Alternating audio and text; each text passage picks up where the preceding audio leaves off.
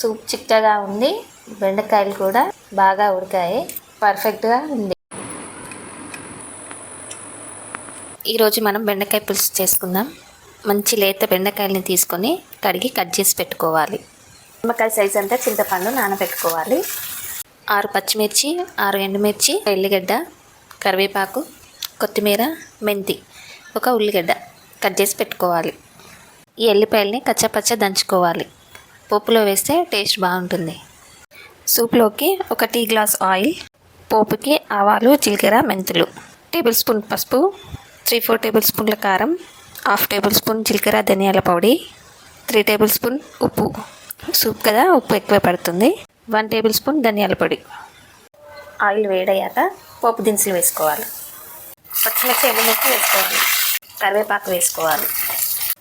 Fry అయ్యాక మెంతాకులు వేసుకోవాలి. ఉల్లిపాయ ముక్కలు వేసుకోవాలి. కచ్చపచ్చ దంచిపెట్టిన ఎల్లిపాయలు వేసుకోవాలి. ఉల్లిపాయలు కొంచెం ఫ్రై అయ్యాక 1 టేబుల్ స్పూన్ అల్లం వెల్లుల్లి పేస్ట్ వేసుకోవాలి. వేసుకొని ఒకసారి కలుపుకోవాలి. ఉప్పు వేసుకొని ఒకసారి కలిపేసి బెండకాయ ముక్కలు వేసుకోవాలి. బెండకాయ ముక్కలు వేసి ఒకసారి కలుపుకోవాలి. చింతపండు పులుసు తీసుకొని పెట్టుకుందాం. మధ్య మధ్యలో కలుపుకుంటూ బెండకాయలు ఇలా ఫ్రై చేసుకోవాలి. ఇలా ఫ్రై అయ్యాక మనం తీసి పెట్టుకున్న చింతపండు పులుసుని వేసుకోవాలి.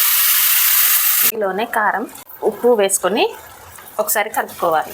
పులుపుకు సరిపడా వాటర్ వేసుకోవాలి. 1 టేబుల్ స్పూన్ బెల్లం పౌడర్ వేసుకోవాలి.